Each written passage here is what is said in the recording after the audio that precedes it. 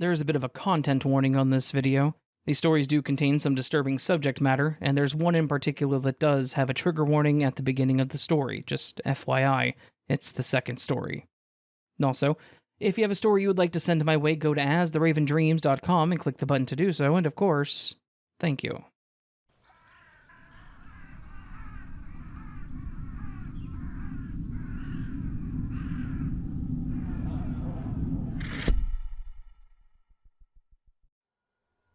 Back in college, I used to date this girl named Jenna. Jenna was beautiful, captivating, and smart. All the things that a naive young man like myself would fall for in a heartbeat. She was fun to spend time with, and she and I got along really well for the most part. The only part that became a bit of a problem between us was that Jenna was a bit possessive. She had a bit of a possessive attitude when it came to me. She didn't like me spending time with my friends, and if there was another woman there, she would get really passively angry. The only thing that made our relationship a little more complicated was that, at the time, I was 21, and Jenna was about to be 40. Yes, there was almost a 19-year difference between us, which may sound really strange to some people, but to me it didn't matter. There were people in my family that weren't fond of the idea, but I live for me, not for them, so I did what I wanted to do. Unfortunately, that age gap also came with differences in how we wanted to live our lives. I wanted to socialize. I wanted to party. I wanted to go out and live life to the fullest. This was an issue with how possessive she was, obviously, and she had this mentality that living life was just spending time together alone. I have no issue with that, and I was happy to just spend the night with her, but there were times where I wanted to go out and do other things, and she wouldn't want to. My point is that, no matter how much we cared about each other, we were definitely two different people who wanted different things, and it was a major rift between us. After about 9 or 10 months of being together, we sat down and talked about things, and we both kind of agreed that while we cared about each other, it was for the best that we went our separate directions. It was a rather amicable breakup. She understood, I understood, and we agreed that we could still be friends and get together for non-dating dates, if that makes sense. Because the breakup was mutual, I didn't really feel the need to sulk about it. Jenna was a great lady, and I enjoyed our time together, but if we both decided it was best to move on, then why should I get depressed about it being over? I thought that she felt the same way until about 2 weeks later, when I got a text message from her that said, "Really missing you right now." It was a bit heartbreaking to get that text, so I figured that I would call her and we could talk it through. When I did, I could tell that she had been crying, and I told her that I missed her too, that I'd been thinking about giving her a call anyways to see how she was doing. We just chatted about nothing in particular, which seemed to cheer her up, and as the conversation came to an end, she said something like, "I'm sorry to have bothered you like that. I just missed you a lot." I made a comment like, "Well, I haven't gone anywhere. I'm always around if you need me."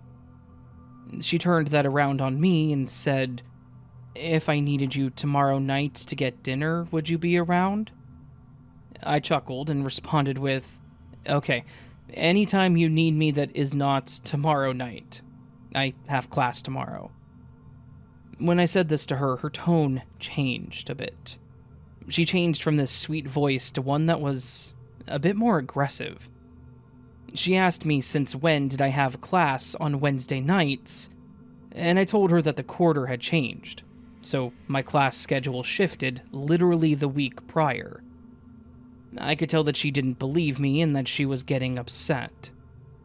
I told her that I could get together on Thursday, and she just kind of brushed it off and said that she would see if she was available, and wrapped the call up. I was a bit upset with how she'd reacted, but I figured that it was just the side effect of us breaking up. That next night, as I said, I had class. When it had let out, I was walking to my car, and to my surprise, Jenna was standing there leaning against my car. Unfortunately, at the time, I was walking with a few guys that I was friends with, and one of them was a bit of a jokey a-hole. He made a comment that was very audible to both myself and Jenna, saying, "Yo, man, your mom's hot." Jenna stood up as we approached, and, much to my surprise, she pulled her arm back and slapped him across the face, saying, "I'm not his mom, you little punk." He just stood there staring at her, and then at me with his jaw hanging wide open. After a few seconds of silence, the others just sort of awkwardly walked away from me without saying much else. I asked her what the hell that was, and she said something about how what he'd said was disrespectful to both of us, and that she didn't want me hanging around with him anymore. At this point, I kind of lost it. I asked her what she was doing on campus, and why she thought that she could control me like that. She said that she was there to make sure that I was actually in class, and that she didn't want to control me, but that she didn't want me being influenced by people like that. I laughed at her, and then made a comment that she was acting like she was my mom, and that I didn't need her to raise or protect me, as my own parents did a good enough job for the first 18 years of my life. I could see that she was fuming when I said this, but I just said, "Good night, Jenna," and got in my car and drove off. I thought that I had made my point. I thought that she was going to leave me alone after that, and yes, what I said was rude, but her slapping my friend was way over the line. Jenna, on the other hand, did not take my disrespect lightly. And this is where things went from an annoyance to something that I could have never expected. I was driving home, not even really thinking about the whole thing that happened with Jenna. Honestly, I was more focused on the project that I needed to do for class than anything. Unfortunately, that was enough of a distraction that I didn't even realize that Jenna was in her car, following right behind me. I was about to pull into my apartment complex, and I just happened to glance up at my rear view mirror, only to see Jenna staring at me, with her hands gripping the steering wheel so tight that her knuckles were white. I kind of panicked a bit, thinking that this was not going to end well. And if I had known how unwell it was going to end, I would have driven to a police station or something, not home. I parked my car and quickly got out, expecting to have an argument with this woman that I thought was a great person until recently. I grabbed my bag and just stood there on the sidewalk, watching as she backed into an empty spot in front of me. I raised my arms like, "What do you want from me?" Basically just feeling defeated at this point.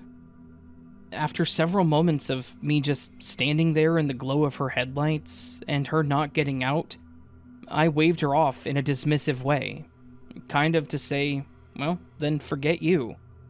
And I turned to walk into my apartment building. The second I turned to walk toward the building, I heard the sound of an engine revving up and tires screeching. At first I thought that she was just going to gun it out of the parking lot, but to my surprise, she wasn't turning. She was speeding up, and she was coming right for me. Fortunately for me, the distance between myself and the spot where she was parked was enough for me to damn near literally throw myself out of the way and avoid getting run over. Unfortunately for her, I lived in the building by the pool, and where I was standing when she floored it was right in front of the cheap metal fence that surrounded said pool area. I'm pretty sure the thought of hitting me with her car clouded her judgment to the point that she didn't have an exit strategy. Because when I jumped out of the way and she kept going, she smashed through the flimsy fence, and her car's front end went right into the pool. I immediately grabbed my phone and called 911, explaining what had just happened and saying that they needed to send someone right away. I was even nice enough to mention that they should send a medic just in case, though I pretty quickly found out that Jenna wasn't hurt. I watched as she opened the door and climbed up out of the pool. She looked like she was seriously lost and confused.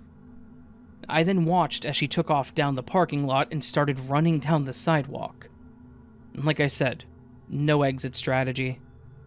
It didn't take long for the cops to show up, and it was pretty clear that what I said had happened was what happened.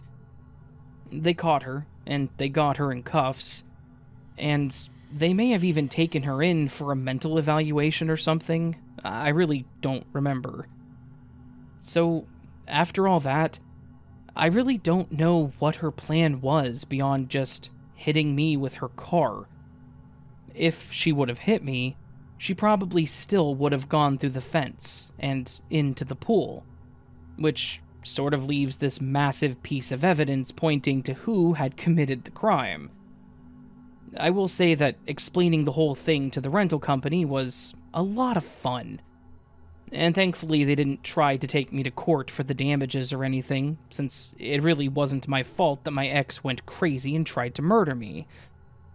In spite of all this, in spite of all that happened, I really hope that Jenna got the help that she needed for whatever mental issues she very clearly had. I don't wish any ill will on her. I just hope that I never run into her, ever, again.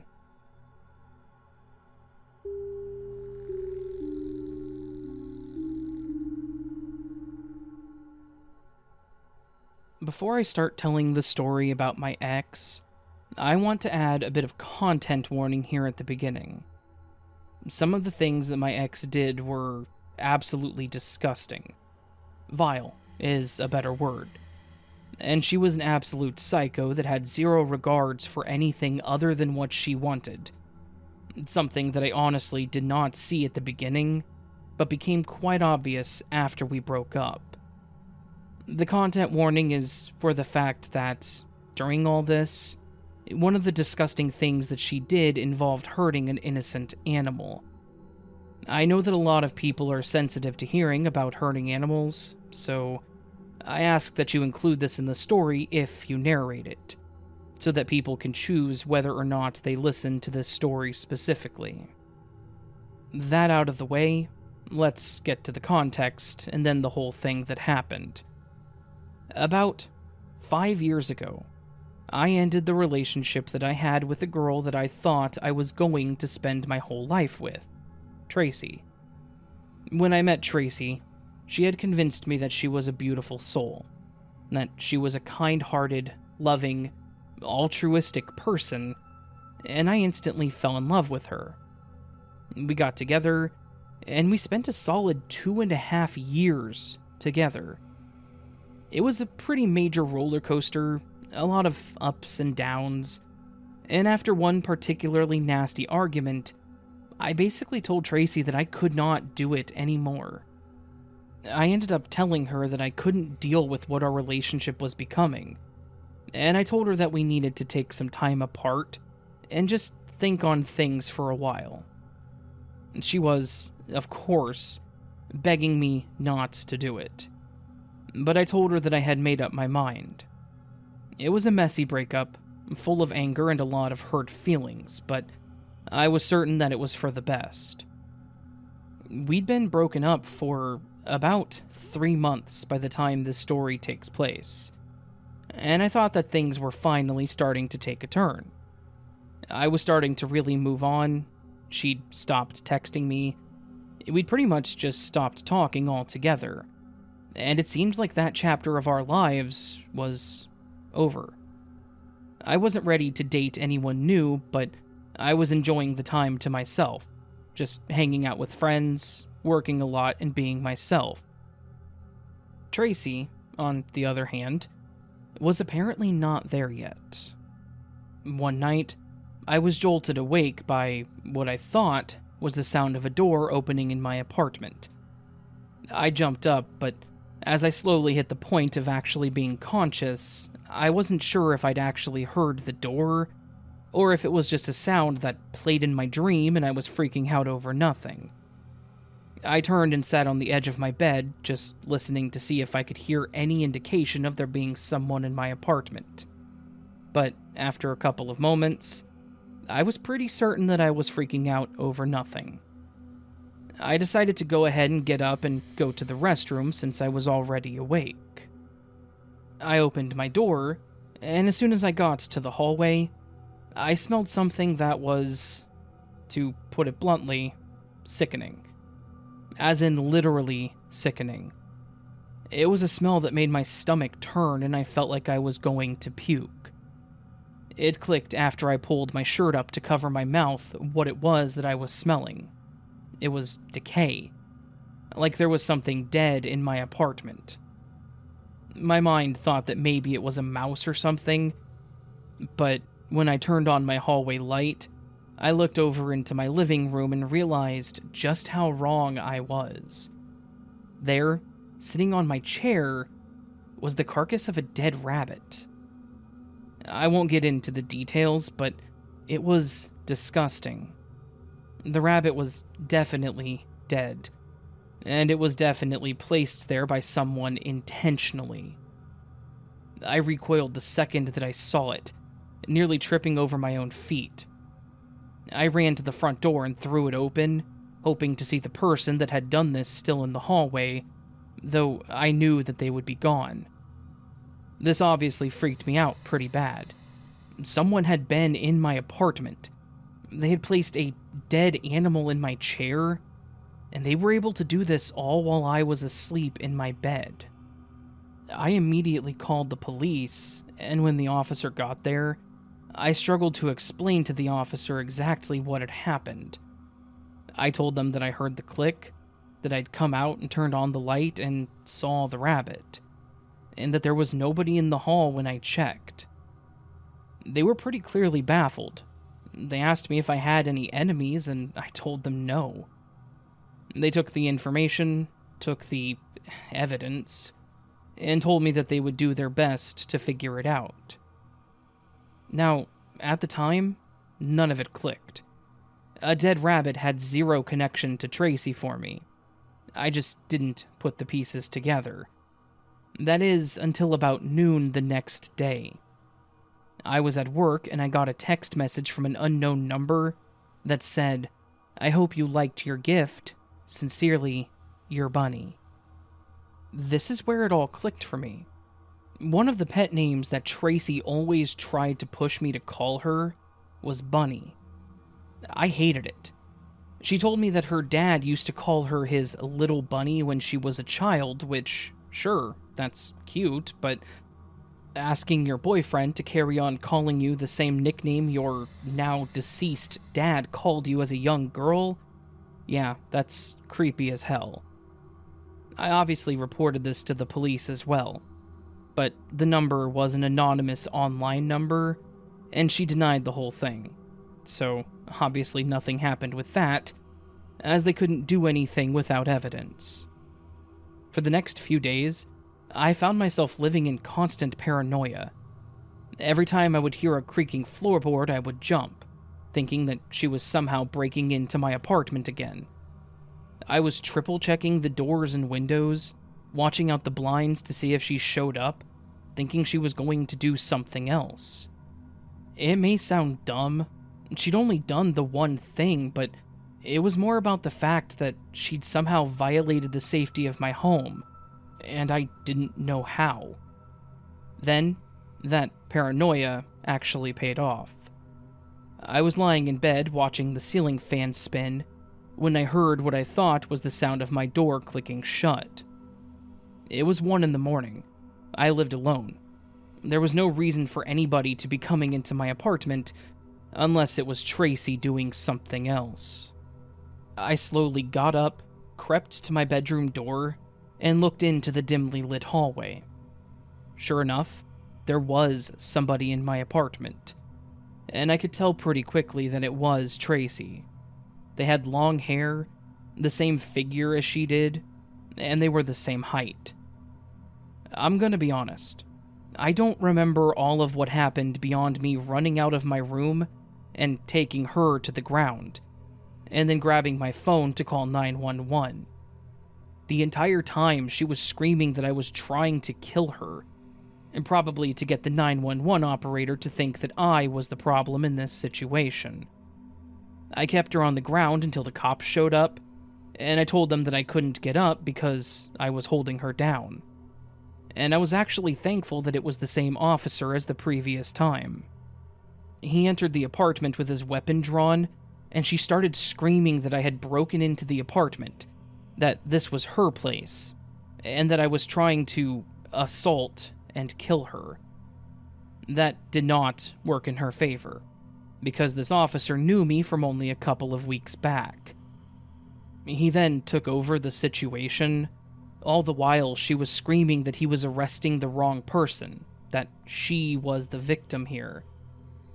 After a lot of screaming and her getting shoved into the back of the cop car, the situation thankfully died down. The whole time she was being apprehended, she was going off non-stop telling them that I was a murderer, that I had a criminal record, which, what? And then she started threatening them, saying that she would be out in no time, and that she would find them. It was just absolutely insane. She then said that the day that she was out, she was going to come back and finish the job. And based on what she had in her bag, she absolutely had a job that she was planning. In the scuffle, I didn't even notice that she had a backpack on her, but when the officer started going through it, I started feeling even worse about the whole thing. The main thing that I think was problematic was the huge chef's knife that she had wrapped up in the bag, along with some bleach and a few other things. So, yeah, that's the story of my crazy ex, Tracy.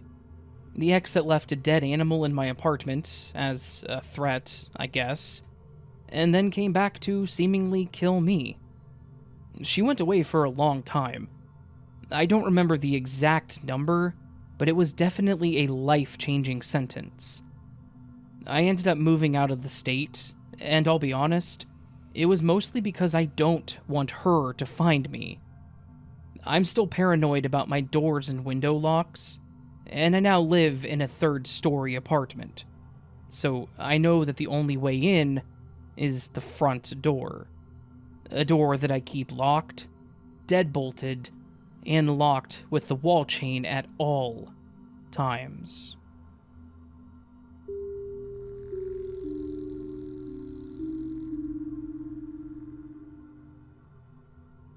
So, this story is from a chapter in my life that I honestly kind of wish I could erase.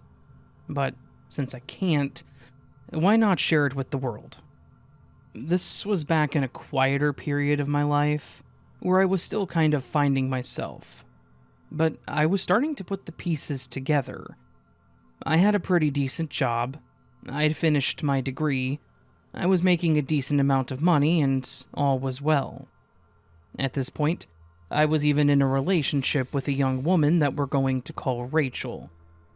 Now, to set the record straight, she and I were not in a serious, life-consuming kind of relationship. It was casual, comfortable, and enjoyable, but completely casual. We'd been together for about 3 months, and we were exclusive with each other, but we'd both agreed that there was likely nothing in the future for us. We had different plans, specifically when it came to kids and our careers, and we were just enjoying the time together until something inevitably split us up. Basically, good while it lasted, but not irreplaceable. And, of course, that something that split us up would come from my side of things. One day, my boss called me into his office. I honestly thought I was about to get fired, but It was actually the exact opposite. He offered me a huge promotion and asked me to oversee the team at our newest office. The only thing was, this office was in Salt Lake City, which is a bit far from my home in Virginia. He basically told me that this was a once-in-a-lifetime job offer, and that this was a massive career move, and that I should seriously consider it. And, if I took it, I would be living in SLC in about 60 days. When I told Rachel, we both talked about it and understood what this meant for us. It was agreed that I would take the job and that we would go ahead and just end our relationship then and there. There was some regret, a bit of crying, but at the same time we knew that this was for the best. We gradually stopped talking to each other over the next month, and while it was sad, it wasn't really devastating to either of us. Fast forward to around day 45 of 60, and things took a bit of an unexpected turn at work. My manager informed me that there was a bit of an administrative issue, and my new position in Salt Lake City would be delayed a bit more. There was no specific timeline, just that I would have to wait longer, and they 100% promised that I still had the position. I was okay with it. It gave me a bit more time to prep for the move. They were offering to compensate me for the extra rent that I was paying, having to go month to month with my leasing company, and honestly, it made me feel way more relaxed about everything. Then, the day finally arrived. The day that I was supposed to leave for Utah. I was home, sorting through my stuff and boxing up a few things, not hurrying in any definition of the word, when I get a phone call. Much to my surprise, it was a phone call from Rachel. I kind of smirked, thinking that she was calling to wish me happy travels or something like that, which was super sweet of her. But then I answered, and, well, it wasn't that. She started the call off with a frantic, "Hey, Jackson." Her voice had a tone of, I guess, worry or concern, like she was a bit scared or nervous. I said hello and asked how she was doing, and she cut me off with, "Hey, I'm at SLC International. I need you to come and get me." My mind took a moment to register what she had just said. I asked her why she was in Salt Lake City. She responded with, "I decided that I'm moving in with you. I brought all my stuff, and my cat. I need you to come get me ASAP." Now, remember, I hadn't spoken to Rachel in a few weeks by this point. She had no idea about the delay, or that I was still sitting pretty in my little apartment in Virginia.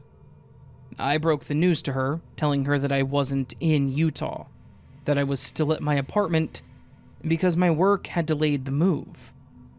I expected her to be upset or whatever, but she responded in a way that I never would have expected. She lost it, screaming at me over the phone, accusing me of lying, of deceiving her, and blaming me for her being stranded in an unknown city. She was hysterical, crying one minute, yelling so loud that the phone clipped out the next. I tried to calm her down, telling her that I was sorry and asking why she didn't call me before she packed up and flew out, and she responded by screaming, "It was supposed to be a surprise." Which, yeah, I was surprised. But who packs up and flies to a city halfway across the country with plans to move in with someone without even telling them? After a bit more yelling and sobbing, she slowed down on her emotional roller coaster and the call went silent. She cleared her throat, and when she spoke again, her voice was chillingly calm. She simply said, "The minute you land at this airport, I'm going to kill you," and hung up. I just sat there on my bed with my eyes wide and thinking, wow, that was not the Rachel that I knew. I tried to call her back to see if we could figure something out, but she'd either turned off her phone or blocked my number. She didn't call me back. She never texted me back. I even tried calling her mom to see if she knew what was going on, and she had no idea where Rachel was, or that she had even flown to Utah. A few more months went by, and in a bit of a twist, my work decided to not move me out to Utah. My boss here in Virginia was actually chosen to lead the team out there, and I was given his position here locally. So I ended up never having to actually move at all. Since that day, I have not heard from Rachel at all. I haven't seen her here in town, I haven't gotten a text or call from her, and her Facebook has not been updated. I literally have no idea what happened to her. I sometimes do wonder about it, how she managed in a city that she'd never been to, and I hope that she's doing okay. But it was such a bizarre event that I can't help but feel a bit freaked out. Sure, I do feel a bit guilty because it all could have been avoided had I told her about the delay, but I didn't see a point, since I was still going to be moving out there at the time. It was just going to be a bit later. Plus, she could have called me and told me that she wanted to make the relationship serious, because I probably would have gone with it. Though, now that I've written all this out and kind of thought about how she was acting, maybe it's best things ended up the way that they did.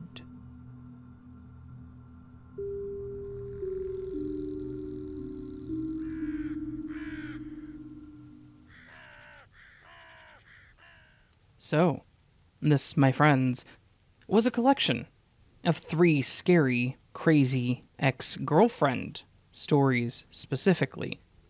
Normally this video would just be crazy ex-lover stories, but in this case, all 3 of the ones I had were girlfriends. So, it ended up being an ex-girlfriend video.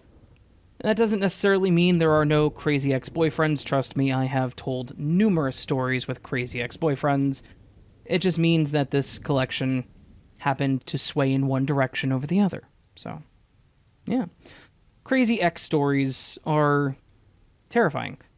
And I know I always tell the same story and that I don't really have any crazy exes, because, I mean, my current relationship has been my current relationship since 2007, so being 32, that means that's a significant majority of my life. A significant portion of my life, sorry, a majority of my life in the end, so, yeah.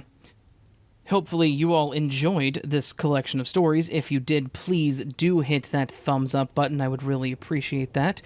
If you're new to the channel and enjoyed the collection and liked what you heard and want more content similar or completely different, consider subscribing. It also helps the channel tremendously.